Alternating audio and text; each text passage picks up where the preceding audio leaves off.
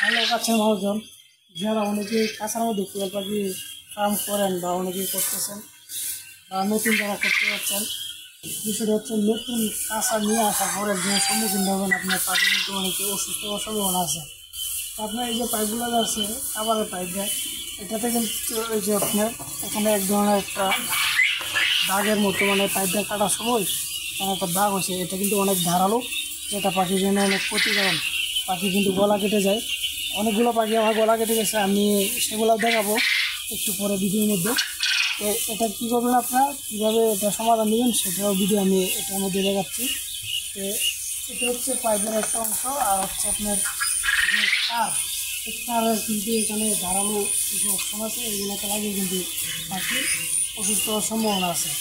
তো আমি পাইপগুলো যেভাবে সুন্দর করে আপনার ধারালোটাকে ফিনিশিং করতেছি সেটা আমি আপনাদেরকে দেখাবো। তো সকাল থেকে আমি অনেকগুলো পাইপ ফিনিশিং দিয়েছি, এই যে এদিকে একটা, আর অনেকগুলো ধোয়া রেখেছি। আপনার পাইপগুলো হচ্ছে এই যে দেখি যে ধারালো, যে এই ফিলের ধারালো অংশগুলো, এই একটা বডি নেবেন, এভাবে ধারালো একটা বডি নেওয়ার পরে আপনার পাইপগুলো এইভাবে টান দিয়ে দেবেন।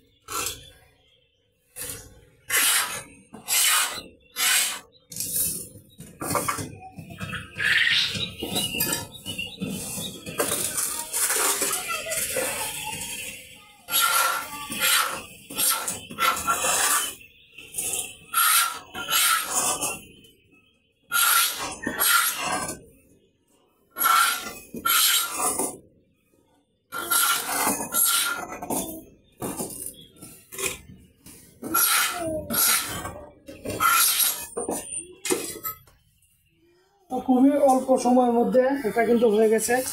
এখন কিন্তু ধারালো অপশনটা ছিল, এটা কিন্তু আর নেই। এইভাবে একবার লেভেল হয়ে যাবে, আপনার পাখিগুলো খুবই সুস্থভাবে খাবার ও পানি খেতে পারবে। আর হচ্ছে আপনার যেটা ধারালো সহ সেটাও আমি আপনাদের দেখাচ্ছি।